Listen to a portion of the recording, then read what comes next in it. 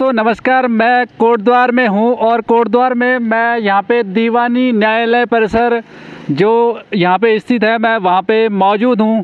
जिस तरह से उत्तराखंड में अंकिता भंडारी हत्याकांड एक जघन्य हत्याकांड हुआ है, शर्मसार करने वाली घटना उत्तराखंड में घटित हुई है।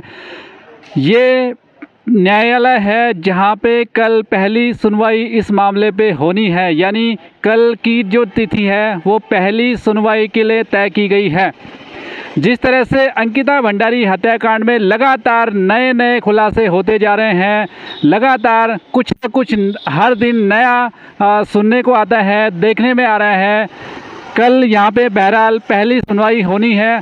जिस तरह से अंकिता भंडारी जो हत्याकांड में वनंतरा रिजॉर्ट में जब पुलिस द्वारा गिरफ्तारी की गई, यानी उन आरोपियों को गिरफ्तार किया गया, उसके बाद उसी रात 2 बजे वहां पे उस रिजॉर्ट को तोड़ने की घटना को अंजाम दिया गया।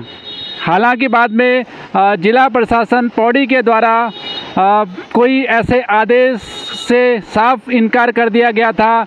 इसमें विधायक यमकेश्वर रेणु बिष्ट की उपस्थिति में उस रिजॉर्ट को तोड़ने की जो घटना हुई उसका सोशल मीडिया पे लगातार विरोध जारी हुआ और धीरे धीरे उसमें विरोध बढ़ता जा रहा है। कोटद्वार के एक वरिष्ठ अधिवक्ता प्रवेश रावत जी ने भी आज रेणु बिष्ट जो यमकेश्वर विधायक हैं उनके खिलाफ एसएसपी पौड़ी को एक शिकायती पत्र दायर किया है, जिसमें उन्होंने विधायक रेणु बिष्ट के खिलाफ मुकदमा दर्ज करने की अपील की है। मेरे साथ में हैं अभी रावत जी। रावत जी, सबसे पहले मैं आपका स्वागत करूंगा। आपने जिस तरह से ये घटनाक्रम हुआ है और आज आपने एसएसपी पौड़ी को जो विधायक यमकेश्वर हैं रेणु बिष्ट जी, उनके खिलाफ मुकदमा दर्ज करने की आपने एक शिकायत भेजी है स्पीड पोस्ट से, क्या है मामला और किस तरह से आपको संलिप्तता लग रही वहाँ पे विधायक की? देखिए, जहाँ पे ये अंकित हत्याकांड हुआ है तो जहाँ पे वो स्थान था वो स्थान महत्वपूर्ण साक्ष्य होता है और उस महत्वपूर्ण साक्ष्य को तब तक नहीं मिटाया जाता, तब तक नहीं हटाया जाता जब तक जांच टीम वहाँ पे ना पहुँच जाए, वहाँ से साक्ष्य एकत्र न कर ले। तो एक बहुत बड़ा अपराध यमकेश्वर की विधायक रेणु बिष्ट द्वारा किया गया है। उन्होंने रात में एक षड्यंत्र के तहत 3 बजे जाकर वहाँ पे जेसीबी ले गई है और उस कमरे को उन्होंने तोड़ा है, उस कमरे को जलाया गया है, जहाँ पे कि जिस कमरा साक्ष्य है, जो कमरा उन अपराधियों को सजा देने के लिए एक साक्ष्य हो सकता था, उसका भी एक बहुत बड़ा यहाँ पे रोल हो सकता था। लेकिन यमकेश्वर विधायक द्वारा आनन फानन में एक षड्यंत्र के तहत ये अपराध किया गया है और जानबूझकर किया गया है। तो मैंने एक पत्र रिपोर्ट दर्ज करने के कहिएगा कि मैंने प्रार्थना पत्र एसएसपी पौड़ी को दिया है कि उनको भी अपराधी बनाया जाए, उनको भी अभियुक्त एक्यूज बनाया जाए।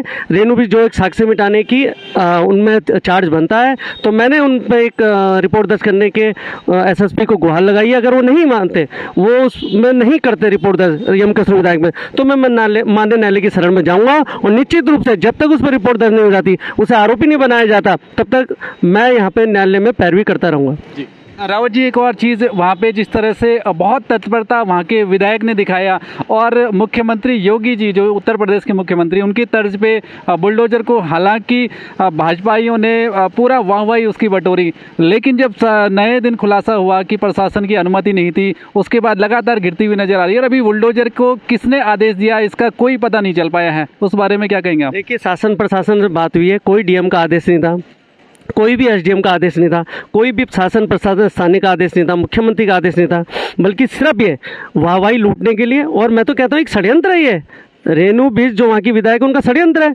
उन्होंने बुलडोजर ले गई रात को और उस कमरे को तोड़ा, जो कि साक्ष्य है, महत्वपूर्ण साक्ष्य है इस घटना का। उस कमरे को तोड़ा और उन्होंने अपराध किया है और इस अपराध की उन्हें सजा मिलनी चाहिए, उनमें मुकदमा दर्ज होना चाहिए, उनको एक्यूज बनाया जाना चाहिए। वो जब एक्यूज बनेंगी तभी मुकदमा आगे बढ़ेगा। और कल जिस प्रकार से उनकी यहाँ रिमांड है उन अभियुक्तों की, हम पूरा अधिवक्ता संघ अंकिता भंडारी के परिवार के साथ है, पुरजोर विरोध किया जाएगा, उनकी जमानत का विरोध किया जाएगा और जब तक उन्हें सजा नहीं होती, हम कोटद्वार बार ने संकल्प लिया है, तब तक हम उस परिवार के साथ खड़े रहेंगे। चलिए, कोटद्वार बार एसोसिएशन ने भी अंकिता को न्याय दिलाने के लिए एक सुर में आवाज़ उठाई है। कल उन्होंने अपने पत्र को भी सोशल मीडिया पे सार्वजनिक किया कि अंकिता भंडारी हत्याकांड में शामिल अभियुक्त का कोई भी मुकदमा नहीं लड़ेगा। अब देखना होगा कि ये जो वकीलों की तरफ से एकजुटता का यहाँ पे प्रयास किया गया है या एकजुटता दिखाई गई है। और इसमें जिस तरह से अभी प्रवेश रावत जी ने भी यमकेश्वर विधायक जो रेणु बिष्ट जी हैं उनके खिलाफ एफआईआर दर्ज करने की मांग की है, अब देखना होगा जीरो टॉलरेंस पे भाजपा सरकार जिस तरह से सत्ता में आई, अब अपने विधायक के खिलाफ किस तरह से साक्ष्य जुटाती है, किस तरह से उस घटना की पूरी निष्पक्ष जांच करवाती है। और यदि वहाँ पे कहीं ना कहीं अगर विधायक की संलिप्तता पाई जाती है तो उस पर आगे क्या कार्रवाई करती है ये तो आने वाला समय बताएगा। लेकिन जिस तरह से उनकी शिकायत अभी दर्ज कर दी गई है, शिकायत भेजी गई है अभी पौड़ी एसएसपी को, अब देखना होगा कि क्या इस पे मुख्यमंत्री पुष्कर सिंह धामी निर्णय ले पाते हैं। बहरहाल अंकिता के हत्यारों को फांसी तक पहुंचाने की जो मुहिम लगातार तेज होती जा रही है, इसी उम्मीद के साथ में कि उनको न्याय मिलेगा, अंकिता भंडारी हत्याकांड के आरोपियों को फांसी पे लटकाया जाएगा, जिसके लिए अधिवक्ता संघ भी कहीं ना कहीं आगे आ चुका है, अपनी कमर कस चुका है।